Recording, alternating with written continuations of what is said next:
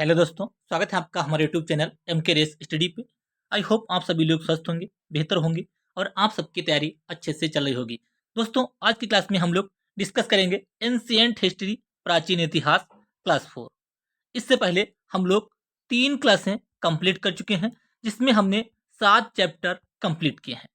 सारे question previous year question होंगे और हम लोग जो है यूथ कंपटीशन टाइम्स आरआरबी 2024 इस बुक का सोल्यूशन कंप्लीट कर रहे हैं। ये क्लास आपकी रेलवे एनटीपीसी 2024 के लिए रामबाण साबित होगी। इसके अलावा ये class RPF constable and SI, group D, RRB, NTPC, LP technician, JE, SSC, UP triple SC, ATC, कोई भी आप एग्जाम देंगे उन सभी के लिए ये क्लासेस इंपॉर्टेंट साबित होने वाली है, क्योंकि इसमें जो है बहुत बेहतरीन क्वेश्चनों की श्रृंखला प्रोवाइड की गई है। तो शुरू कर दोस्तों, बिना देरी किए हुए चैप्टर 8, टॉपिक का जो का हमारा है मौर्य साम्राज्य। क्वेश्चन नंबर 157 क्वेश्चन कंप्लीट हो चुके हैं। आज शुरुआत है क्वेश्चन नंबर 158 से। जो भी लोग नए हैं प्लीज क्लास को लाइक कीजिएगा, चैनल को सब्सक्राइब कर लीजिएगा और अधिक से अधिक शेयर कीजिएगा। तो शुरू करते हैं आज का पहला क्वेश्चन। पाटलिपुत्र में स्थानांतरित होने से पहले निम्न में से कौन सा कई वर्षों तक मगध की राजधानी थी? मगध की राजधानी कौन सी थी? राजगृह थी, जिसे राजगीर भी कहते हैं, जिसे गिरिब्रज भी कहते हैं। ऑप्शन हमारे यहाँ पे सी करेक्ट हो जाएगा। राजगृह से जो राजधानी पाटलिपुत्र किसने ट्रांसफर की थी? तो याद रखिएगा उदयन ने ट्रांसफर की थी, उदयन ने। राजगृह राजगृह अजातशत्रु राजगृह अजातशत्रु के शासनकाल में पाटलिपुत्र से पहले मगध की राजधानी हुआ करती थी। उदयन ने मगध की राजधानी राजगृह से पाटलिपुत्र स्थानांतरित की। अभी मैंने बताया राजगृह का अपना ऐतिहासिक और धार्मिक महत्व है। यह महावीर स्वामी तथा गौतम बुद्ध का साधना स्थल रहा है, जिसके कारण यह दोनों धर्मों के लिए पूजनीय स्थल है। यहीं पर प्रथम बौद्ध संगीत का आयोजन हुआ था। प्रथम बौद्ध संगीत कहाँ हुआ था? राजगृह में हुआ था। कल की क्लास में हमने उसको डिस्कस किया था। अजात शत्रु के शासनकाल में महाकश्यप की अध्यक्षता में हुई थी प्रथम बौद्ध संगीत। राजगृह 5 पहाड़ियों, कौन कौन सी पहाड़ियां हैं? विपुलाचल, रत्नागिरी, उदयगिरी, स्वर्णगिरी, वैभवगिरी से घिरा हुआ है। सारी बातें बहुत इंपॉर्टेंट हैं। सारे क्वेश्चन प्रीवियस एग्जाम में पूछे गए हैं, इसलिए ये जो प्रश्नों की श्रृंखला है आप सभी के लिए बहुत इंपॉर्टेंट साबित होगी। लोरिया नंदनगढ़, ये स्तंभ कहाँ पे स्थित है? ये चंपारण बिहार में स्थित है। लोरिया नंदनगढ़ कहाँ पे है? चंपारण बिहार। ऑप्शन हमारा सी करेक्ट हो जाएगा। इसको किसने बनवाया था? जिसे सम्राट अशोक ने धर्मलेख के तौर पे स्थापित करवाया था। सम्राट अशोक ने। चंपारण जिले के बूढ़ी गंडक नदी के किनारे ये स्थित है लोरिया नंदनगढ़ स्तंभ। अगला क्वेश्चन देखते हैं, क्वेश्चन नंबर 160। किस मौर्य सम्राट ने लगभग 278, 287, 268, 231 ईसा पूर्व के अपने शासनकाल के दौरान शिलाओं और स्तंभों पर अपने लेख उत्कीर्ण किए थे? किसने किए थे ये? अशोक ने अपने लेख उत्कीर्ण किए थे।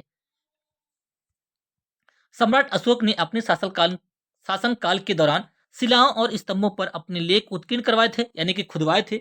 अशोक के शिलालेख 14, कितने शिलालेख हैं? अशोक के 14 शिलालेख हैं। 13वें शिलालेख में कलिंग युद्ध के बारे में बताया गया एक क्वेश्चन बहुत पूछा जाता है। कलिंग युद्ध का वर्णन किस शिलालेख में है? तो वो 13वें शिलालेख में है। 14 विभिन्न लेखों का समूह है जो 8 भिन्न भिन्न स्थानों से प्राप्त किए गए हैं।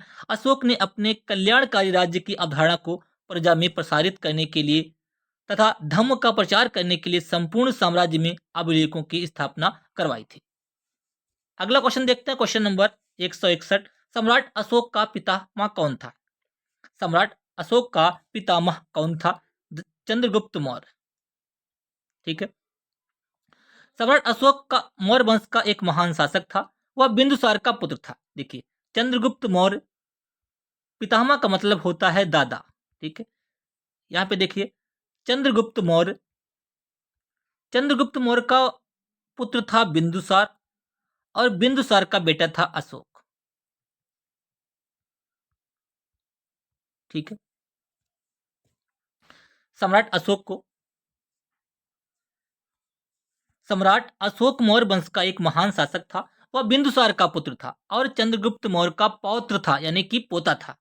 ऑप्शन यहाँ पे ए करेक्ट हो जाएगा। सम्राट अशोक का पितामह कौन था? चंद्रगुप्त मौर्य। इसे किसे? अशोक को। इसे देवनाम प्रिय या प्रियदर्शी के नाम से भी जाना जाता है, सम्राट अशोक को। अपने राज्याभिषेक के 8वें वर्ष 261 ईसा पूर्व उसने कलिंग का युद्ध लड़ा और विजय हुआ। 261 ईसा पूर्व में उन्होंने कलिंग का युद्ध लड़ा अशोक ने और विजय हुए। इस युद्ध में हुए भयंकर रक्तपात, बहुत खून खराबा हुआ, से आहत होकर उसने युद्ध का त्याग और बौद्ध धर्म ग्रहण कर लिया। उसने युद्ध छोड़ दिया और उसने बौद्ध धर्म ग्रहण कर लिया अशोक ने। इसने भारत ही नहीं बल्कि संपूर्ण एशिया में बौद्ध धर्म की शिक्षाओं का प्रचार किया। इसने बौद्ध धर्म के प्रचार के लिए सम्राट अशोक ने अपने पुत्र व पुत्री को क्रमशः श्रीलंका भेजा। कौन थे? महेंद्र व संघमित्रा इनके पुत्र व पुत्री थे। इनको इन्होंने अशोक ने श्रीलंका भेजा। अगला क्वेश्चन डिस्कस करते हैं। क्वेश्चन नंबर, निम्नलिखित में से कौन सा स्थल आधुनिक गुजरात में स्थित है जहां अशोक के शिलालेख अवस्थित हैं? कहां पे? कौन सा? गिरनार कहां पे स्थित है? ये गुजरात में स्थित है जहां पर अशोक के शिलालेख अवस्थित हैं। गिरनार गुजरात में जूनागढ़ के निकट स्थित पहाड़ियां हैं। गिरनार की पहाड़ियों से पश्चिम और पूर्व दिशा में भादस, रोहजा, संतरुजी और घेलो नदियां बहती हैं। इन पहाड़ियों पर मौर्य सम्राट अशोक का चतुर्दश शिलालेख अंकित है। अशोक मौर्य वंश का सबसे प्रसिद्ध शासक था। वह ऐसा पहला शासक था जिसने अभिलेखों द्वारा जनता तक अपने संदेश पहुंचाने की कोशिश की। अगर आपसे पूछा जाए अभिलेखों द्वारा जनता तक अपने संदेश किसने पहुंचाने की कोशिश की, तो वह भैया था वो मौर्य वंश के अशोक। अशोक के ज्यादातर अभिलेख प्राकृत भाषा में और ब्राह्मणी लिपि में लिखे गए हैं। भाषा कौन सी है? उनकी भाषा प्राकृत है और लिपि कौन सी है? ब्राह्मी लिपि है। अगला क्वेश्चन देखते हैं। Question number 163। लगभग 260 ईसा पूर्व किस मौर्य सम्राट ने कलिंग को जीतने के लिए सैन्य अभियान का नेतृत्व किया था? अभी आज की क्लास में डिस्कस किया अशोक ने मेरे भाई, 261 बीसी में। लगभग 261 ईसा पूर्व मौर्य सम्राट अशोक ने कलिंग को जीतने के लिए सैन्य अभियान का नेतृत्व किया। कलिंग युद्ध मौर्य साम्राज्य और कलिंग राज्य के बीच लड़ा गया था, जो वर्तमान में उड़ीसा, कलिंग कहाँ पड़ता है? उड़ीसा और आंध्र प्रदेश का उत्तरी भाग है। जिसके परिणाम स्वरूप अशोक ने कलिंग के राजा अनंत पद्मनाभन को हराकर, जो कलिंग का राजा था उड़ीसा का, कौन था? अनंत पद्मनाभन को हराकर कलिंग पर विजय प्राप्त की थी। इस युद्ध में हुए रक्तपात को देखकर अशोक ने बौद्ध धर्म को अपना लिया और वह अहिंसा के मार्ग पर चल पड़ा। अगला क्वेश्चन देखते हैं। Question number 164। अशोक के अधिकांश शिलालेख किस भाषा में है? अभी बताया था। जबकि उपमहाद्वीप के उत्तर पश्चिम में पाए गए शिलालेख आरंभिक और यूनानी भाषा के थे। किस भाषा में? प्राकृत भाषा में। अशोक के अधिकांश शिलालेख प्राकृत भाषा में थे, जबकि उपमहाद्वीप के उत्तर पश्चिम में पाए गए शिलालेख आरंभिक और यूनानी भाषा में थे। ऑप्शन हमारा यहाँ पे बी करेक्ट हो जाएगा। अगला क्वेश्चन देखते हैं। Question number 165। मौर्य शासन के दौरान निम्नलिखित में से किस प्रांत को कर्नाटक में सोने की खान का केंद्र माना जाता है? कर्नाटक में सोने की जो खान है उसे क्या कहते हैं? सुवर्णगिरी कहते हैं। ऑप्शन हमारे यहाँ पे ए करेक्ट हो जाएगा, सुवर्णगिरी कर्नाटक में सोने की खान। सेल्युकस निकेटर नामक खालिस्तान शासक द्वारा मेगस्थनीज नामक राजदूत को चंद्रगुप्त मौर्य के दरबार में भेजा गया था। सेल्युकस निकेटर कहाँ का शासक था? चीन का था, फारस का था, अरब का था, इन्होंने था। तो यहाँ पे कौन सा करेक्ट हो जाएगा? ऑप्शन हमारा यहाँ पे डी करेक्ट होगा। सेल्युकस निकेटर जो था सिकंदर का प्रमुख सेनापति था। कहाँ का था ये यूनान का शासक था। सेल्युकस निकेटर सिकंदर का प्रमुख सेनापति था। सिकंदर की मृत्यु के पश्चात वह सीरिया यूनान का शासक बना। यहाँ पे तो हमारा ऑप्शन डी करेक्ट हो जाएगा। सेल्युकस निकेटर यूनानी शासक था। कैसा शासक था? सेल्युकस निकेटर यूनानी शासक द्वारा मेगस्थनीज नामक राजदूत को चंद्रगुप्त मौर्य के दरबार में भेजा गया था। इसकी व्याख्या देखते हैं। सेल्युकस निकेटर सिकंदर का प्रमुख सेनापति था। सेल्युकस निकेटर कौन था? सिकंदर का प्रमुख सेनापति था। सिकंदर की मृत्यु के पश्चात वह सीरिया यूनान का शासक बना। सिकंदर द्वारा विजित प्रदेशों, यानी जो उसने जो प्रदेश जीते थे, को उसने पुनः अधिकार में लेने के उद्देश्य से उसने 305 ईसा पूर्व भारत पर आक्रमण किया, परंतु चंद्रगुप्त मौर्य ने उसे पराजित कर संधि कर ली। जिसके फलस्वरूप चंद्रगुप्त मौर्य को सेल्युकस ने चार प्रांत अराकोसिया, कांधार, पेरोपनिसराई, काबुल एरिया, हेरात और जेड्रोसिया मकरान तट मिले तथा सेल्युकस को चंद्रगुप्त ने 500 हाथी दिए थे। जब युद्ध हुआ था, इसी संधि के फलस्वरूप सेल्यूकस निकेटर ने मेगस्थनीज नामक राजदूत को चंद्रगुप्त मौर्य के दरबार में भेजा था। किसको भेजा था? सेल्यूकस निकेटर ने मेगस्थनीज नामक राजदूत को चंद्रगुप्त मौर्य के दरबार में भेजा था, जिसने इंडिका नामक पुस्तक की रचना की थी। सारी बातें बहुत इंपॉर्टेंट हैं। किसने लिखी थी? इंडिका। इंडिका लिखी थी मेगस्थनीज ने। इसको किसने भेजा था? सेल्यूकस निकेटर ने इसको भेजा था। किसके दरबार में? चंद्रगुप्त मौर्य के दरबार में भेजा था। उम्मीद करते हैं सारी बातें आपको समझ में आ रही होंगी।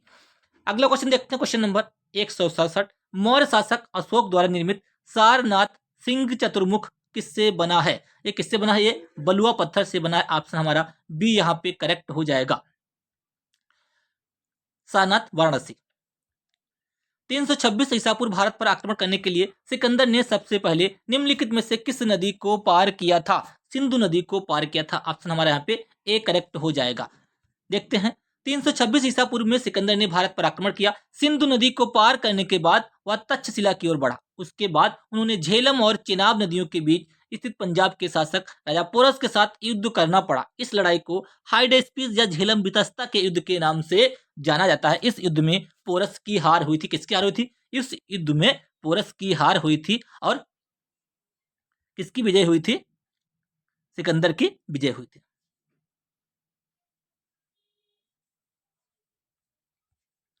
मध्य प्रदेश में भगवान बुद्ध के सम्मान में सम्राट अशोक द्वारा बनवाया गया बौद्ध स्मारक कौन सा है? सांची स्तूप। कौन सा है? सांची स्तूप। ऑप्शन हमारा डी करेक्ट हो जाएगा। सांची स्तूप का निर्माण सम्राट अशोक द्वारा 3री सदी ईस्वी में भगवान बुद्ध के सम्मान में कराया गया था। सांची भारत के मध्य प्रदेश राज्य के रायसेन जिले में बेतवा नदी के तट पर स्थित छोटा सा गांव है। कहाँ पे है?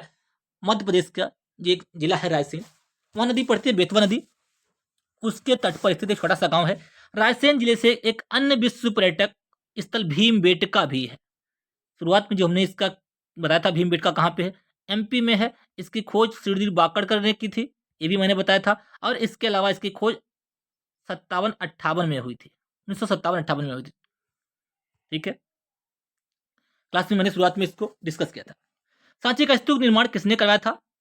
सांची स्तूप जो है 1989 में यूनेस्को की विश्व विरासत सूची में शामिल किया गया था। सांची के स्तूप का निर्माण किसने कराया था? अशोक ने कराया था। अभी देखा। अगला क्वेश्चन, क्वेश्चन नंबर नेक्स्ट। बौद्ध धर्म से संबंधित प्रख्यात भवन संरचना धामेक स्तूप।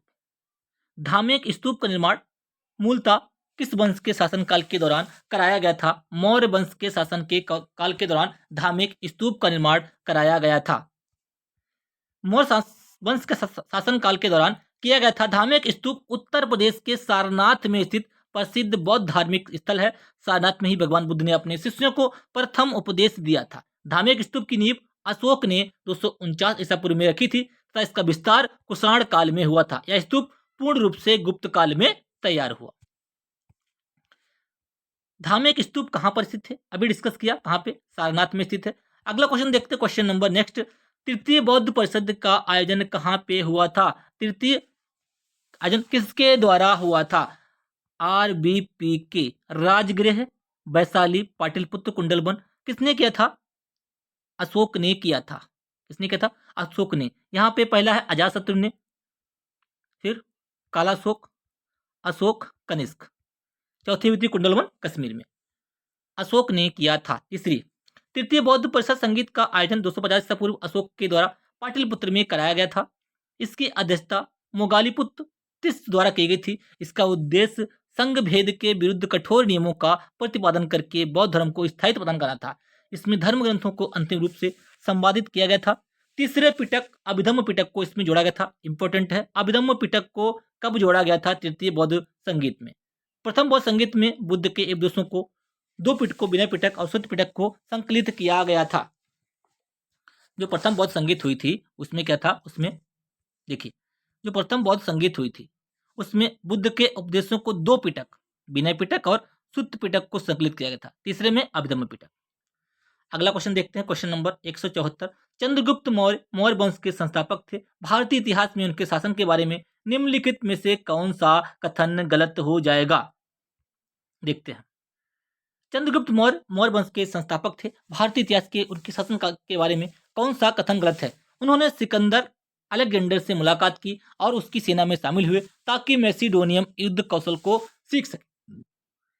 बैरम खां उनका सबसे अच्छा सहयोगी, संरक्षक और मार्गदर्शक था। चंद्रगुप्त मौर्य को पहले अखिल भारतीय लगभग साम्राज्य की स्थापना का श्रेय दिया जाता है। साम्राज्य के पुरातात्विक साक्ष्य कई कस्बों और शहरों के अस्तित्व को दर्शाते हैं, जिसमें सबसे प्रमुख राजधानी पाटलिपुत्र है। इनमें हमारा कौन सा गलत हो जाएगा? Option B. बैरम खां उनका सबसे अच्छा सहयोगी और संरक्षक और मार्गदर्शक था। ये है यहाँ पे गलत है, ये अकबर का था संरक्षक, बाकी सारे सही हैं।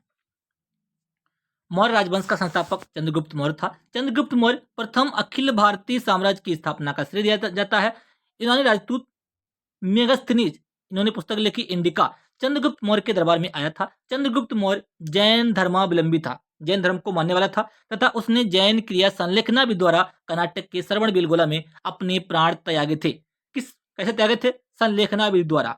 जबकि बैरम खां अकबर का संरक्षक था। अगला क्वेश्चन देखते हैं। क्वेश्चन नंबर हमारा है 175। अशोक अशोक तर्क सिद्ध रूप से प्रारंभिक भारत के सबसे प्रसिद्ध शासक थे, जिसने कलिंग पर विजय प्राप्त की थी। वो किसके पोते थे? चंद्रगुप्त मौर्य के पोते थे। ये शुरुआत में हमने अभी डिस्कस किया था। ऐतिहासिक ग्रांड ट्रंक रोड का निर्माण शेरशाह सूरी ने कराया था। मौर्य वंश के शासनकाल के दौरान इसे क्या कहा जाता था? इसे कहते थे उत्तरापथ। जो ग्रांड ट्रंक रोड है, इसे जीटी रोड कहते हैं, इसका निर्माण शेरशाह सूरी ने कराया था। इसे उत्तरापथ कहा जाता है मौर्य वंश के शासनकाल में। आगे देखते हैं। Question number 177। कलिंग युद्ध की हिंसा को देखकर प्रतिशोध लेने के लिए सोच रखने वाले सम्राट अशोक का हृदय परिवर्तन हुआ और वे एक स्थिर चित्त और शांति प्रिय सम्राट और किसके अनुयायी थे? बौद्ध धर्म के अनुयायी थे। आरआरबी एनटीपीसी 31/7/2021 में क्वेश्चन शिफ्ट सेकंड में पूछा गया है। अगला क्वेश्चन देखते हैं। चंद्रगुप्त मौर्य के गुरु कौन थे? चंद्रगुप्त मौर्य के गुरु थे विष्णुगुप्त या चाणक्य। चंद्रगुप्त मौर्य के गुरु विष्णुगुप्त, अन्य नाम था चाणक्य व कौटिल्य थे। चंद्रगुप्त मौर्य ने भारत में मौर्य साम्राज्य की स्थापना की थी। यह पूरे भारत का एक साम्राज्य के अधीन लाने में सफल रहा था। अगला क्वेश्चन देखते हैं। Question number 179। उदयन ने मगध की राजधानी को किस शहर से हटाकर पाटलिपुत्र में स्थानांतरित किया था? राजगीर से। ऑप्शन डी हमारा करेक्ट हो जाएगा। अगला क्वेश्चन देखते हैं। क्वेश्चन नंबर, यहाँ इसकी व्याख्या देखते हैं। उदयन ने 461-445 पूर्व अपने पिता अजातशत्रु हर्यक वंश की हत्या करके मगध का शासक बना। हर्यक वंश की स्थापना किसने की थी? बिंबिसार ने की थी। यहाँ पे देख लिखते हैं, बिंबिसार ने हर्यक वंश की स्थापना की थी। इनका बेटा था अजातशत्रु, अजातशत्रु का बेटा था उदयन। ठीक है, इसने इसकी हत्या कर दी, इसने इसकी हत्या कर दी, इसलिए इसे पितृहंता वंश भी कहते हैं। हत्या करके मगध का शासक बना। पुराणों एवं जैन ग्रंथों के अनुसार उदयन गंगा एवं सोन नदियों के संगम पर पाटलिपुत्र नामक नगर की स्थापना की तथा उसे राजगीर के स्थान पर अपनी राजधानी बनाया था। पाटलिपुत्र को राजधानी बनाया था उदयन ने। कौन सी पुस्तक मेगस्थनी ने लिखी? मेगस्थनी ने लिखी है इंडिका मेरे भाई। कौन सी लिखी? इंडिका। हर्षचंद्र बाणभट्ट ने लिखी है। यह है कालिदास की। मेगस्थनी चंद्रगुप्त मौर्य के दरबार में आया था। वह सेल्यूकस निकेटर का राजदूत था। उसने अपनी पुस्तक इंडिका में मौर्य युगीन समाज एवं संस्कृत के विषय में लिखा है। हर्षचरित बाणभट्ट की है। मालविका मित्रम कालिदास की पुस्तक है। अगला क्वेश्चन देखते हैं। Question number 181। अशोक के प्राचीनतम प्राप्त अभिलेख निम्न में से किस लिपि में लिखे गए हैं? किस लिपि में लिखे गए हैं? अभी देखा था ब्राह्मी लिपि में लिखे गए हैं। अशोक के प्राप्त प्राचीनतम अभिलेख ब्राह्मी लिपि में लिखे गए थे। तभी तक अशोक के कुल 40 अभिलेख प्राप्त हो चुके हैं। 1837 ईस्वी में जेम्स प्रिंसप नामक विद्वान ने अशोक के अभिलेख को पढ़ने में सफलता प्राप्त की थी। मोस्ट इंपोर्टेंट क्वेश्चन, ये क्वेश्चन पूछा जाता है। अशोक के अभिलेखों को किसने पढ़ा था? तो जेम्स प्रिंसप ने पढ़ा था 1837 में। सहबाजगढ़ी एवं मानसेहरा के अभिलेख खरोष्टी लिपि एवं तक्षशिला एवं लगमान के अफगानिस्तान अभिलेख अरमाइक लिपि में लिखे गए उत्कीर्ण है। इसके अतिरिक्त अशोक के समस्त शिलालेख लघुशिलात स्तंभलेख एवं लघुलेख ब्राह्मी लिपि में उत्कीर्ण है। एक बार इसको दोबारा से देखिए। 1837 ईस्वी में जेम्स प्रिंसप नामक विद्वान ने अशोक के अभिलेख को पढ़ा था। सहबाजगढ़ी एवं मानसेरा अभिलेख इसमें है, खरोष्टी लिपि में है। तक्षशिला एवं लगमान के जो अभिलेख हैं वो आरमाइक लिपि में है एवं ग्रीक लिपि में है। जे तक्षशिला एवं लगमान के। इसके अतिरिक्त अशोक के समस्त शिलालेख लघुशिला स्तंभलेख एवं लघुलेख ब्राह्मी लिपि में उत्कीर्ण है। अगला क्वेश्चन देखते हैं। Question number 182। 82। इनमें से किसने मौर्य प्रशासन में अध्यक्षों को विभिन्न विभागों के अधीक्षकों के रूप में उल्लेखित किया था? किसने किया था? कौटिल्य ने। अगला क्वेश्चन देखते हैं, इसकी व्याख्या देखते हैं। चाणक्य, कौटिल्य का नाम क्या है? चाणक्य है, विष्णुगुप्त है, कौटिल्य है। मौर्य सम्राट चंद्रगुप्त मौर्य के ये प्रधानमंत्री थे, इनके गुरु थे। ये तक्षशिला विश्वविद्यालय में आचार्य थे। इनके द्वारा रचित पुस्तक अर्थशास्त्र किसने लिखी है? कौटिल्य ने लिखी है। राजनीति अर्थनीति आदि का महान ग्रंथ है, किसका है? ये भी पूछते हैं किसका ग्रंथ है अर्थशास्त्र? ये राजनीति अर्थनीति का है। इसी पुस्तक में कौटिल्य ने मौर्य प्रशासन के में अध्यक्षों के को विभिन्न विभागों के अधीक्षक के रूप में उल्लिखित किया है। इंडिका मेगास्थनीज द्वारा रचित पुस्तक है, इसका संबंध भी मौर्य काल से है। अगर आपसे पूछा जाए जो चाणक्य ने पुस्तक लिखी है अर्थशास्त्र, एक ऐसी ही राजनीति की पुस्तक है, ये भी इंपॉर्टेंट है, ये भी क्वेश्चन बनता है, ठीक है, याद रखिएगा। अगला क्वेश्चन देखते हैं, क्वेश्चन नंबर 183। सम्राट अशोक ने बौद्ध धर्म के आदेशों के प्रचार एवं धर्म प्रचारकों को दूर दराज के स्थानों पर भेजा ताकि लोग भगवान बुद्ध की शिक्षाओं द्वारा अपने जीवन को प्रेरित कर सकें। इन धर्म प्रचारकों में उनका पुत्र कौन था, पुत्री कौन था उन्होंने जिन्हें श्रीलंका भेजा था? उनका पुत्र था महेंद्र और पुत्री थी संघमित्रा। यहाँ पे एक फिल होंगे। अगला क्वेश्चन देखते हैं, क्वेश्चन नंबर 184। 184 देखिए, इसकी व्याख्या देख लेते हैं। सम्राट अशोक ने बौद्ध धर्म के आदर्शों के प्रचार के लिए धर्म प्रचारकों को दूर दराज के स्थानों भेजा ताकि लोग भगवान बुद्ध की शिक्षाओं द्वारा अपने जीवन को का उद्धार कर सकें। इसने बौद्ध धर्म के प्रचार प्रसार के लिए अपने पुत्र महेंद्र और पुत्री संघमित्रा को श्रीलंका भेजा। सम्राट अशोक का नाम देव नाम प्रियदर्शी था। उनका शासनकाल 273 ईसा पूर्व 232 ईसा पूर्व तक था। कौन से राजा संघमित्रा और महेंद्र वर्धन के पिता थे? अशोक थे। देखो अभी रिपीट हो क्वेश्चन और अभी जेई में पूछा गया। ने विजया खालिस्तान, ने धर्म विजया धार्मिकता द्वारा विजय की नीति विकसित की, वो कौन था? वो अशोक थे। अशोक ने धर्म विजया धार्मिकता द्वारा विजय की नीति विकसित की। आरआरबी ग्रुप डी में ये क्वेश्चन पूछा गया है। अगला क्वेश्चन, क्वेश्चन नंबर 186। अशोक के शासनकाल के सबसे महत्वपूर्ण घटना कलिंग आधुनिक युग में किस पर विजय थी जो उनके जीवन का महत्वपूर्ण परिवर्तन सिद्ध हुआ? कलिंग कहाँ पड़ता है? ये उड़ीसा में पड़ता है, उड़ीसा पर विजय थी। ऑप्शन हमारा यहाँ पे डी करेक्ट हो जाएगा। अगला क्वेश्चन देखते हैं, क्वेश्चन नंबर 187। अशोक ने के युद्ध के बाद बौद्ध उपदेशों को अपना लिया था? कलिंग युद्ध के बाद बौद्ध उपदेशों को अपना लिया था। ऑप्शन बी करेक्ट हो जाएगा। अगला क्वेश्चन, क्वेश्चन नंबर 188 देखिए, कलिंग युद्ध कितनी बार रिपीट हुआ है? बार बार।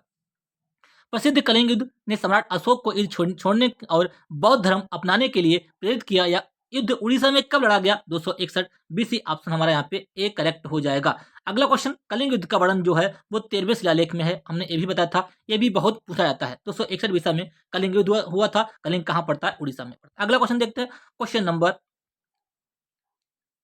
189। अशोक के किस शिलालेख से कलिंग युद्ध? देखिए कलिंग युद्ध में अशोक की विजय की मिलती है 13वें में, बता चुके हैं। अगला क्वेश्चन, क्वेश्चन नंबर 190। चंद्रगुप्त का पुत्र कौन था? मौर्य साम्राज्य के सिंहासन बैठने वाला दूसरा शासक था। चंद्रगुप्त का बेटा था बिंदुसार और बिंदुसार बेटा था अशोक। इसका बेटा था बिंदुसार और बिंदुसार का बेटा था अशोक। ऑप्शन हमारा यहाँ पे डी करेक्ट हो जाएगा। चंद्रगुप्त का पुत्र था बिंदुसार 298 से 273 ईसा पूर्व मौर्य साम्राज्य सिंहासन पर बैठने वाला दूसरा शासक था। बिंदुसार आजीवक संप्रदाय का अनुयायी था। वायु पुराण में इसे भद्रसार या वारिसार भी कहा गया है। बिंदुसार को अमित्रघात बहुत इंपॉर्टेंट है, यह भी नाम दिया गया है। इसके दरबार में ईरानी राजदूत डाइमेकस आया था। किसके दरबार में? ये डाइमेकस बिंदुसार के दरबार में आया था। बौद्ध विद्वान तारानाथ ने से इन्हें इन 16 राज्यों का विजेता बताया है। ठीक है, इसे बिंदुसार को। सम्राट अशोक का पुत्र था जो मौर्य वंश से संबंधित है। सम्राट अशोक का पुत्र कौन था जो मौर्य वंश से संबंधित है? बिंदुसार। सम्राट अशोक किसका पुत्र था? सम्राट अशोक जो था ये बिंदुसार का पुत्र था, ये पूछा गया। सम्राट अशोक का नहीं, सम्राट अशोक बिंदुसार का पुत्र था जो मौर्य वंश से संबंधित थे। देखिए पहले थे चंद्रगुप्त मौर्य। चंद्रगुप्त मौर्य इसका बेटा ए हो गया और इसका बेटा हो गया अशोक। ठीक है, यही पूछा गया। अगला क्वेश्चन देखते हैं, क्वेश्चन नंबर 192। सम्राट अशोक किसके उत्तराधिकारी थे? तो किसके थे? बिंदुसार के थे। बिंदुसार इनका बाप था, बाप थे इनके।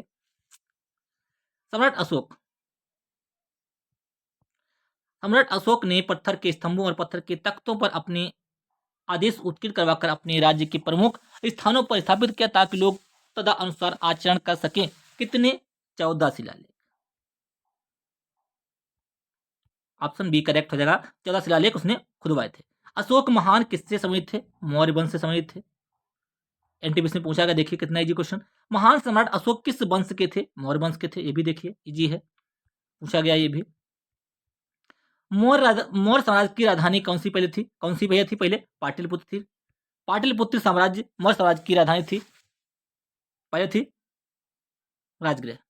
मौर्य साम्राज्य की स्थापना चंद्रगुप्त मौर्य ने 323 ईस्वी पूर्व की थी। उन्होंने नंद वंश के शासक घनानंद को पराजित किया था। देखिए नंद वंश का जो शासक था घनानंद को इन्होंने पराजित किया था चंद्रगुप्त मौर्य ने। मौर्य साम्राज्य की राजधानी पाटलिपुत्र थी, यही करेक्ट हो जाएगा, पाटलिपुत्र थी। कौटिल्य अर्थशास्त्र, देखिए अर्थशास्त्र किसकी पुस्तक है? कौटिल्य ने किस भाषा किस चीज के राजनीति के पर आधारित है? प्रशासन के बारे में जानकारी देती है, ये मौर्य प्रशासन के बारे में जानकारी देती है कौटिल्य की अर्थशास्त्र। कौटिल्य या चाणक्य या विष्णुगुप्त, ये तीनों नाम एक ही हैं। देखिए कौटिल्य हो गया, चाणक्य हो गया या विष्णुगुप्त। सम्राट चंद्रगुप्त मौर्य 323 से इनका जो शासन था 298 ईसा पूर्व तरह के प्रधानमंत्री थे जी। अर्थशास्त्र कौटिल्य द्वारा रचित एक संस्कृत का ग्रंथ है। उन्होंने चंद्रगुप्त के प्रशासकीय उपयोग तथा मौर्य काल के इतिहास को जानने के लिए इस ग्रंथ की रचना की थी। इसमें राज्य व्यवस्था, कृषि, न्याय, राजनीति आदि के विभिन्न पहलुओं पर विचार किया गया है। चाणक्य का एक अन्य नाम क्या था? देखिए पूछ दिया गया, विष्णुगुप्त। मेगास्थनीज भारत आने वाले सबसे शुरुआती खोजकर्ताओं में से एक था। उसका संबंध किस देश से? मेगास्थनीज कहाँ का था? ये यूनान का शासक था। आज की क्लास में हमने डिस्कस किया है ये। यूनानी राजदूत मेगास्थनीज चंद्रगुप्त मौर्य के दरबार में यूनानी सम्राट सेल्यूकस के राजदूत के रूप में भारत आया था। सम्राट अशोक ने अपने राज्यकाल के 12 वर्ष में एक विशेष अधिकारी की नियुक्त की जो भूमि सर्वेक्षण करता था तथा भू अभिलेखों का रखरखाव करता था और न्याय का पालन करता था। इन अधिकारियों को क्या कहते थे? इन अधिकारियों को नाम उनको कहा जाता था रज्जुक कहा जाता था। क्या? रज्जुक कहा जाता था। जो अधिकारी थे इनको रज्जुक कहा जाता। अगला क्वेश्चन, इसकी व्याख्या देखते एक बार। सम्राट अशोक ने अपने राज्यकाल के 12वें वर्ष में एक विशेष अधिकारी की नियुक्ति की थी जो भूमि का सर्वेक्षण करता था तथा भू अभिलेखों का रखरखाव करता था और न्याय का पालन करता था। इन अधिकारियों को रज्जुक कहा जाता था। रज्जुक किस राजा की कहानी? मुद्रा राक्षस, यानी कि किसकी रचना है? ये विशाख दत्त ने लिखी है। मुद्रा राक्षस ये लिखी है विशाख दत्त ने। किसकी? इस राजा की कहानी मुद्रा राक्षस नाटक का विषय है चंद्रगुप्त मौर्य। किसकी? चंद्रगुप्त मौर्य। ऑप्शन हमारे यहाँ पे डी करेक्ट हो जाएगा। मुद्रा राक्षस विशाख दत्त ने लिखी है। इस ग्रंथ से मौर्य इतिहास मुख्यतः चंद्रगुप्त मौर्य के जीवन पर प्रकाश पड़ता है। इसमें चंद्रगुप्त मौर्य को बर्सल तथा कुलहीन कहा गया है। बर्सल तथा कुलहीन कहा गया है। अगला क्वेश्चन देखते हैं। क्वेश्चन नंबर, मौर्य वंश को किस वंश से समाप्त किया? अगर आपसे पूछा जाए तो याद रखना यहाँ पे क्रम हसीन मासूका। हा से हर्यक वंश, हा से इसके बाद में शिशुनाग वंश, इसके बाद में नंद वंश, इसके बाद में मौर्य वंश, मौर्य वंश के बाद शुंग वंश, उसके बाद में कौड़ वंश।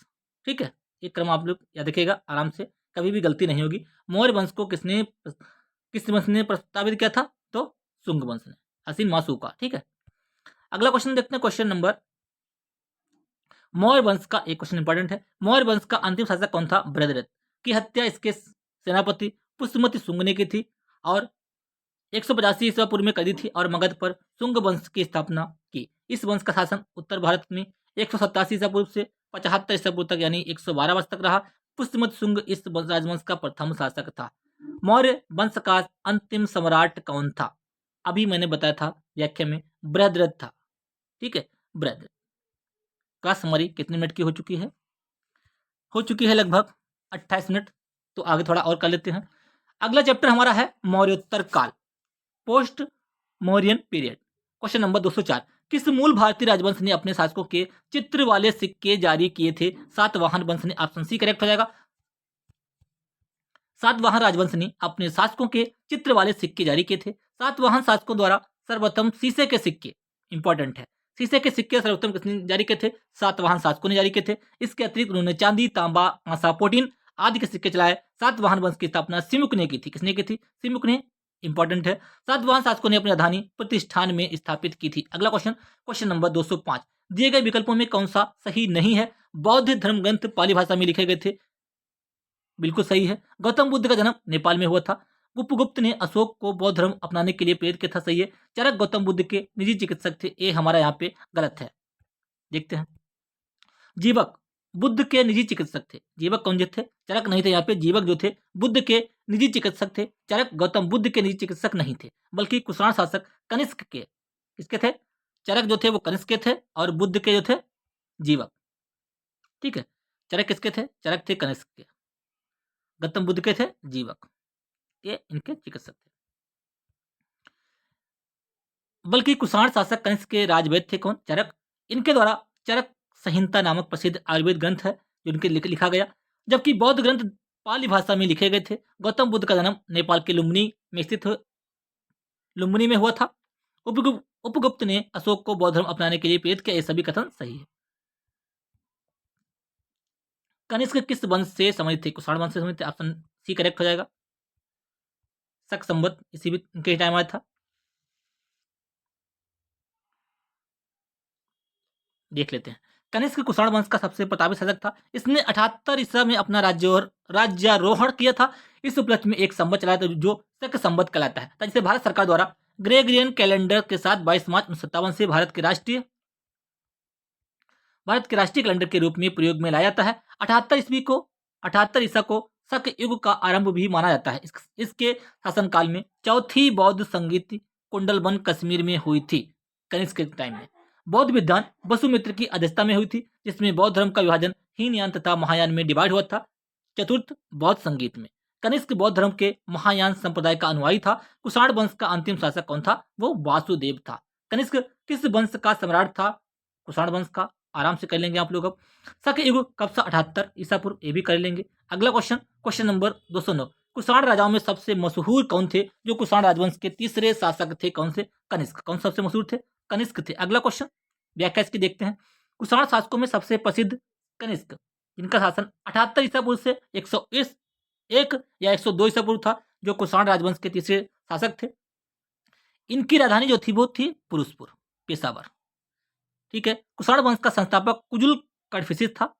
कुषाण वंश का संस्थापक कौन था? कुजुल कडफिसेस था। कनिष्क भारतीय इतिहास में अपनी विजय, धार्मिक प्रवृत्ति, साहित्य, कला प्रेमी होने के नाते विशेष स्थान रखता है। अगला क्वेश्चन, किस ईसा पूर्व शताब्दी के शुरुआत में कुषाणों ने भारत की उत्तर पश्चिम सीमा पर अपना अधिकार स्थापित किया था? ईसा पूर्व पहली शताब्दी की शुरुआत में कुषाणों ने भारत की उत्तर पश्चिम सीमा पर अपना अधिकार स्थापित किया था। अगला क्वेश्चन देखते हैं। Question number 211। उड़ीसा के उदयगिरी में हाथी गुम्फा शिलालेख कलिंग के राजा ने लिखवाया था। किसने? खारवेल।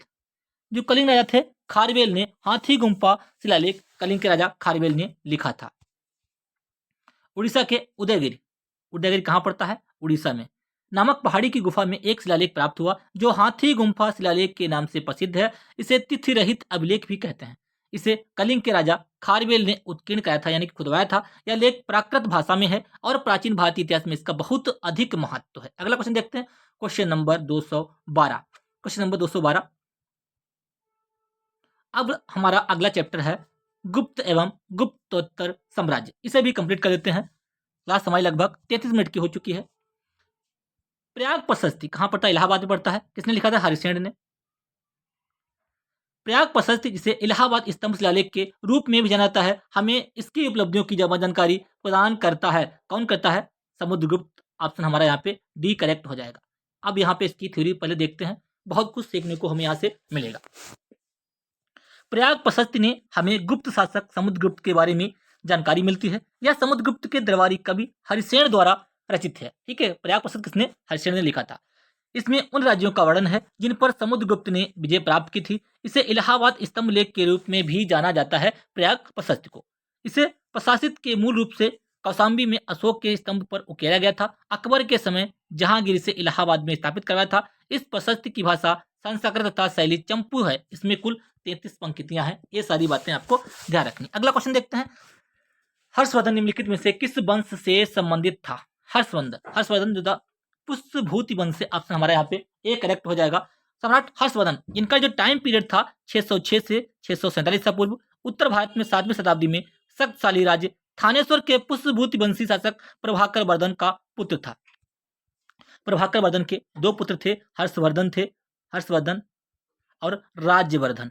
हर्षवर्धन और राज्यवर्धन, इनकी एक पुत्री थी, उसका नाम था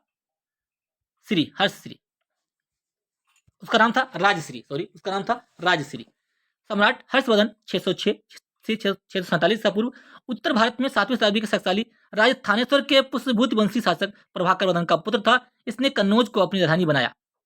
हर्षवर्धन ने कन्नौज को अपनी राजधानी बनाया तथा सम्राट हर्ष ने रत्नावली, प्रियदर्शिका और नागानंद नामक नाटकों की रचना की। इंपॉर्टेंट है, हर्ष ने रत्नावली, प्रियदर्शिका तथा नागानंद नामक नाटकों की रचना की। अगला क्वेश्चन देखते हैं, क्वेश्चन नंबर 214। रवि कीर्ति का यहोल शिलालेख पुलकेशिन द्वितीय की किस विजय के बारे में विस्तार से वर्णन करता है? हर्ष की, ठीक है, हर्ष पर विजय के बारे में विस्तार से वर्णन करता है। अगला क्वेश्चन देखते हैं, क्वेश्चन नंबर 215। निम्नलिखित में से कौन से शासनकाल में हर्षवर्धन शासनकाल में भारत आया था? हर्षवर्धन के शासनकाल में कौन भारत आया था? हुएनसांग। हुएनसांग जो था हर्षवर्धन के शासनकाल में भारत आया था। फाहियान किसके शासनकाल में आया था? चंद्रगुप्त मौर्य के शासनकाल में। यहाँ पे देखते हैं, हर्षवर्धन के शासनकाल में हुएनसांग आया था। चंद्रगुप्त द्वितीय के शासनकाल में फाहियान आया था। मोहम्मद बिन तुगलक के शासनकाल में इब्न बतूता आया था, इसकी पुस्तक है रेहला। महमूद गजनवी के शासनकाल में अलबरूनी आया था और मारवर्मन कुलशेखर के में आया था मार्को पोलो। अगला क्वेश्चन देखते हैं, क्वेश्चन नंबर 16। उस महान व्यक्ति का नाम बताएं जिसने भारत में बीज गणित के क्षेत्र में महत्वपूर्ण योगदान दिया है? तो आर्यभट्ट। ऑप्शन हमारा यहाँ पे डी करेक्ट हो जाएगा। चरक ने क्या किया? चरक ने आर्यभट्ट का जन्म पटना के कुसुमपुर में हुआ था, ये भी ध्यान रखिएगा। चरक ने महर्षि और आयुर्वेद विशारद में इनका जो कार्य क्षेत्र था, ब्रह्मगुप्त का जो कार्य क्षेत्र था भारतीय गणितज्ञ थे और बरामिर जो थे ये भी भारतीय गणितज्ञ थे। अगला क्वेश्चन देखते हैं, कौन राजा हर्षवर्धन के दरबारी कवि थे? राजा हर्षवर्धन के दरबारी कवि कौन थे? बाणभट्ट। बाणभट्ट थे जो राजा हर्षवर्धन के दरबारी कवि थे। बाणभट्ट ने हर्षचरित नामक पुस्तक रचना की। इसमें हर्षवर्धन के शासनकाल की जानकारी मिलती है। चीनी यात्री हुएनसांग हर्षवर्धन के शासनकाल में भारत आया था। हर्षवर्धन स्वयं साहित्यकार था जिसने प्रियदर्शिका, रत्नावली, नागानंद की रचना हर्षवर्धन ने की थी। तीनों रचनाएं बहुत इंपॉर्टेंट है, ये पूछी जाती हैं। चीनी यात्री हुएनसांग किसके शासनकाल में भारत आया था? हर्षवर्धन के आया था। ऑप्शन हमारे यहाँ पे सी करेक्ट हो जाएगा। हुएनसांग हर्षवर्धन के शासनकाल में भारत आया था। हुएनसांग 629 ईसा पूर्व में चीन से भारत के लिए प्रस्थान किया। कहाँ से आया था? चीन से भारत आया था। भारत से वह 645 ईसा पूर्व में चीन लौट गया। वह नालंदा विश्वविद्यालय में अध्ययन करने तथा भारत से बौद्ध ग्रंथों के संग्रह के लिए आया था। इसका भ्रमण वृत्तांत जो है इसका सी युकी नामक से प्रसिद्ध है। ध्यातव्य है कि हुएनसांग के अध्ययन के समय नालंदा विश्वविद्यालय के कुलपति जो थे आचार्य शीलभद्र थे। अगला क्वेश्चन देखते हैं, क्वेश्चन नंबर 219। एक चीनी बौद्ध भिक्षु था इसने नालंदा में बौद्ध शास्त्रों का अध्ययन किया। कौन था? हुएनसांग। अभी हमने डिस्कस किया। 17 वर्ष की लंबी यात्रा के लिए प्रसिद्ध है। कौन सा? हुएनसांग। कौन सा हर्षवर्धन का शासनकाल भारत आया था? देखिए, कौन हर्षवर्धन के शासनकाल भारत आया था? हुएनसांग। ऑप्शन डी करेक्ट हो जाएगा, कर चुके हैं। कौन सा चीनी यात्री नालंदा आया और छात्र और शिक्षक दोनों के रूप में रहा? ऑप्शन हमारे यहाँ पे डी करेक्ट हो जाएगा। अगला क्वेश्चन देखते हैं, सी हुएनसांग। चीनी यात्री हुएनसांग हर्षवर्धन के शासनकाल में आया, नालंदा आया, छात्र और शिक्षक के दोनों के रूप में रहा। बाणभट्ट किस राजा के दरबारी कवि थे? बाणभट्ट हर्षवर्धन के दरबारी कवि थे। जिन्होंने कौन सी पुस्तक लिखी है? इन्होंने कादम्बरी। बाणभट्ट ने हर्षचरित्रम और कादम्बरी पुस्तक लिखी है। इसके दोनों ग्रंथ संस्कृत साहित्य के महत्वपूर्ण ग्रंथ माने जाते हैं। चंद्रगुप्त द्वितीय के नवरत्नों में से एक कौन था? चंद्रगुप्त द्वितीय के नवरत्नों में से एक थे वराहमिहिर। कौन थे? वराहमिहिर। ऑप्शन हमारे यहाँ पे ए करेक्ट हो जाएगा। देखते हैं इनके कौन कौन से थे। दरबार में नवरत्न निवास करते थे। कौन कौन थे? कालिदास, वराहमिहिर, धन्वंतरी, गढ़करपर, शंकु, अमर सिंह, बेताल भट्ट, चपड़क और वरुरुच थे। ये भी आपको यहाँ पे ध्यान रखना है। गुप्त साम्राज्य को भारत का स्वर्णिम युग कहा जाता है। इंपॉर्टेंट है, ये भी पॉइंट ध्यान रखिएगा। चंद्रगुप्त ने गुप्त संवत की शुरुआत की थी। सांची अभिलेख ने उन्हें देवराज कहा गया है। जो सांची अभिलेख है उसमें उन्हें चंद्रगुप्त को देवराज कहा गया है। ये तो हम डिस्कस कर चुके हैं। इनमें से किसे भारत का नेपोलियन समुद्रगुप्त को कहते हैं? इंपॉर्टेंट है, बहुत पूछा जाता है। समुद्रगुप्त। ऑप्शन बी करेक्ट हो जाएगा। समुद्रगुप्त वह चंद्रगुप्त का प्रथम पुत्र था। चंद्रगुप्त प्रथम का पुत्र था। वह गुप्त वंश का एक महान योद्धा, कुशल सेनापति था। समुद्रगुप्त की विजयों के कारण इतिहासकार विंसेंट स्मिथ ने अपनी पुस्तक अर्ली हिस्ट्री ऑफ इंडिया में समुद्रगुप्त को भारत का नेपोलियन कहा है। उपाधियां कौन कौन सी इनकी हैं? पराक्रमांक, अति प्रतरत, सर्व राजोचिता, लिच्छवी दौहित्र आदि समुद्रगुप्त की उपाधियां हैं। बीड़ा बजाते हुए इनको दर्शाया गया है इनके सूत्रों पे। प्राचीन भारतीय इतिहास के सबसे बीड़ा वादक इनको भी कहा गया है समुद्रगुप्त को। भारत का नेपोलियन बीड़ा वादक। प्राचीन भारतीय इतिहास में सबसे महत्वपूर्ण शासकों से एक चंद्रगुप्त द्वितीय की पुत्री का नाम क्या है? चंद्रगुप्त द्वितीय की पुत्री का नाम था प्रभावती गुप्त। क्या नाम था? प्रभावती गुप्त इनकी पुत्री का नाम था। अगला देखते हैं क्वेश्चन नंबर 226। विक्रमादित्य किस प्रसिद्ध गुप्त शासक का एक अन्य नाम है? किसका है? चंद्रगुप्त द्वितीय का। ऑप्शन हमारे यहाँ पे सी करेक्ट हो जाएगा। चंद्रगुप्त द्वितीय किसका नाम है? विक्रमादित्य का, या चंद्रगुप्त विक्रमादित्य के नाम से जाना जाता है। गुप्त वंश के एक शक्तिशाली सम्राट थे चंद्रगुप्त द्वितीय या विक्रमादित्य। समुद्रगुप्त के उत्तराधिकारी थे। इनके शासन काल में चीनी यात्री फाहियान भारत आया था। सारा डिस्कस कर चुके हैं। मेघदूत किसकी रचना है? मेघदूत किसकी है? कालिदास की। ऑप्शन सी करेक्ट हो जाएगा। इनकी रचना बहुत इंपॉर्टेंट है। ईपीपी का जो एग्जाम हुआ था उसमें इनकी रचना पूछी गई थी। कौन सी? विक्रमोर्वशी शायद पूछी गई थी। कालिदास तीसरी चौथी शताब्दी में गुप्त साम्राज्य में संस्कृत भाषा के महान कवि और नाटककार थे। अभिज्ञान शाकुंतलम कालिदास का एक प्रसिद्ध नाटक है। कालिदास की प्रमुख कृतियां कौन कौन सी हैं? अभिज्ञान शाकुंतलम, विक्रमोर्वशीयम, मालविकाग्निमित्रम। महाकाव्य कौन सा है? रघुवंशम और कुमार संभव। खंड काव्य कौन सा है? मेघदूत और ऋतुसंहारम। अगला देखते हैं, प्रशस्ति में किस राजवंश के शासकों ने अपनी उपलब्धियां लिखी थी? गुप्त वंश ने। ऑप्शन हमारे यहाँ पे बी करेक्ट हो जाएगा। अगला क्वेश्चन देखते हैं, क्वेश्चन नंबर 229। गुप्त साम्राज्य के निम्नलिखित राजाओं में से कौन सा अच्छा बीड़ा वादक था? बताया था मैंने, समुद्रगुप्त। बीड़ा वादक था समुद्रगुप्त। अगला क्वेश्चन देखते हैं, क्वेश्चन नंबर ए। यहाँ पे इसकी थ्योरी देख लेते हैं, इंपॉर्टेंट है। चंद्रगुप्त प्रथम का उत्तराधिकारी समुद्रगुप्त हुआ। समुद्रगुप्त को गुप्त वंश का महानतम शासक एवं एक अच्छा बीड़ा वादक के रूप में भी जाना जाता है। इसने आर्यावर्त के 9 शासकों और दक्षिणावर्त के 12 शासकों को पराजित किया। इन्हीं विजयों के कारण इसे भारत का नेपोलियन कहा जाता है। इसने दक्षिण भारत के 12 शासकों को और उत्तर भारत के 9 शासकों को पराजित किया था। समुद्रगुप्त विष्णु का उपासक था और उसे संगीत प्रेमी भी कहा गया है। ऐसा अनुमान उसके सिक्कों पर उसे बीड़ा वादन करते हुए दिखाए जाने से लगाया गया है। 230 क्वेश्चन है, किस युग को प्राचीन भारत का स्वर्ण युग कहा जाता है? गुप्त साम्राज्य को चौथी शताब्दी को जो क्या है, स्वर्ण युग कहा जाता है। अगला क्वेश्चन देखते हैं, क्वेश्चन नंबर, किस काल को भारतीय इतिहास का स्वर्ण युग? इंपॉर्टेंट है। गुप्त काल को कहा जाता है। नालंदा विश्वविद्यालय को विश्व के महान प्राचीन विश्वविद्यालयों में से एक तथा महत्वपूर्ण बौद्ध शैक्षणिक उत्कृष्टता केंद्र बनाता है। इसकी स्थापना किस भारतीय शासक ने की थी? नालंदा को किसने बनाया था? कुमारगुप्त प्रथम ने नालंदा विश्वविद्यालय की स्थापना की थी। यहाँ पे इसकी थ्योरी देखते हैं, इंपॉर्टेंट है।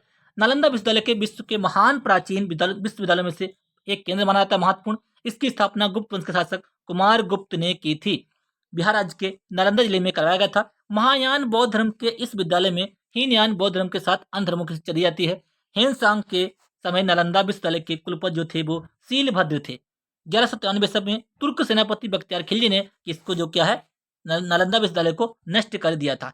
चंद्रगुप्त प्रथम के बाद गुप्त साम्राज्य की बागडोर किसने संभाली थी? किसने संभाली थी? समुद्रगुप्त ने। ऑप्शन हमारे यहाँ पे बी करेक्ट हो जाएगा। हर्षवर्धन की मृत्यु के बाद प्रतिहार, पाल एवं राष्ट्रकूट वंश की राजाओं ने किस पर आधिपत्य प्राप्त करने के लिए दूसरे के साथ युद्ध किया था? कन्नौज पर आधिपत्य प्राप्त करने के लिए दूसरे के साथ युद्ध किया था। अगला क्वेश्चन देखते हैं, यहाँ पे क्वेश्चन नंबर हमारा हो जाएगा 235। चौथी शताब्दी की शुरुआत में गुप्तों ने में से एक बड़ा साम्राज्य स्थापित कर लिया था। कौन सा? मगध में। मगध में क्या किया? चौथी शताब्दी की शुरुआत में गुप्तों ने मगध में एक छोटा सा साम्राज्य स्थापित कर लिया था। अगला क्वेश्चन देखते हैं, क्वेश्चन नंबर 236। निम्नलिखित में से कौन सा नगर गुप्त वंश की राजधानी था? पाटलिपुत्र जो था वो गुप्त वंश की राजधानी था।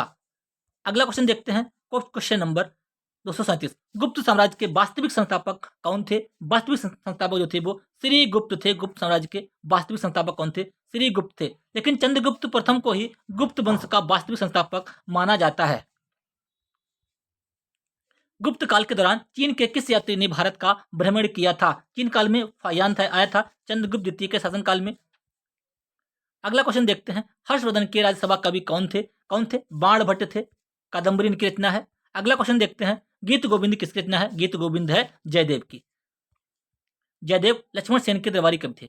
हर्ष की मृत्यु के बाद 7वीं शताब्दी के आसपास कौन प्रभुत्व में आया और उनके काल को भारत के अंधे युग के रूप में जाना जाता है? राजपूत। हर्ष की मृत्यु के बाद 7वीं शताब्दी के आसपास राजपूत प्रभुत्व में आए और उनके काल को भारत के अंधे युग के रूप में जाना जाता है। ऑप्शन हमारे यहाँ पे ए करेक्ट हो जाएगा। अगला क्वेश्चन देखते हैं, क्वेश्चन नंबर, चंद्रगुप्त द्वितीय ने गुप्त साम्राज्य का कितनी ईस्वी तक गुजरात तक विस्तार कर लिया था? 390 ईस्वी तक गुजरात तक विस्तार कर लिया था। चंद्रगुप्त द्वितीय ने गुप्त साम्राज्य का 390 ईस्वी तक गुजरात तक विस्तार कर लिया था। चीनी यात्री सिंह ने 3 वर्ष ठहरकर संस्कृत लिखा। कहाँ पे ठहरा था वो? ताम्रलिप्त। चीनी यात्री सिंह ताम्रलिप्त में 3 वर्ष ठहरकर संस्कृत सीखा था। सिंह चीनी बौद्ध यात्री था। यह 7वीं शताब्दी के अंत में भारत आया। वह दक्षिण के समुद्री मार्ग से होकर भारत आया। सुमात्रा और लंका होते हुआ ताम्रलिप्त पहुंचा हुआ, जहां 3 वर्षों तक रहकर उसने संस्कृत का अध्ययन किया। उम्मीद करते हैं क्लास आपको पसंद आई होगी। क्लास को लाइक कीजिए, शेयर कीजिए। यदि आप चैनल पे पहली बार हैं तो बेल आइकन दबा लीजिए, जिससे कि मैं जो वीडियो अपलोड करूँ आपको प्रॉपर नोटिफिकेशन मिलता रहे। और दोस्तों, हम लोग बहुत ही बेहतरीन बुक का जो है सोल्यूशन कंप्लीट कर रहे हैं। अगर आपने इस बुक को सही तरीके से कर लिया तो आपका कोई भी क्वेश्चन छूटेगा नहीं, क्योंकि इसमें बहुत सारे क्वेश्चन हैं। कल हम लोग डिस्कस करेंगे चैप्टर 11 दक्षिण भारतीय राजवंश, चोल, चालुक्य, पल्लव, संगम। इनको हम लोग यहाँ पे डिस्कस करेंगे। क्लास को लाइक कीजिएगा, अधिक से अधिक शेयर कीजिएगा और चैनल को सब्सक्राइब करना ना भूलें। धन्यवाद।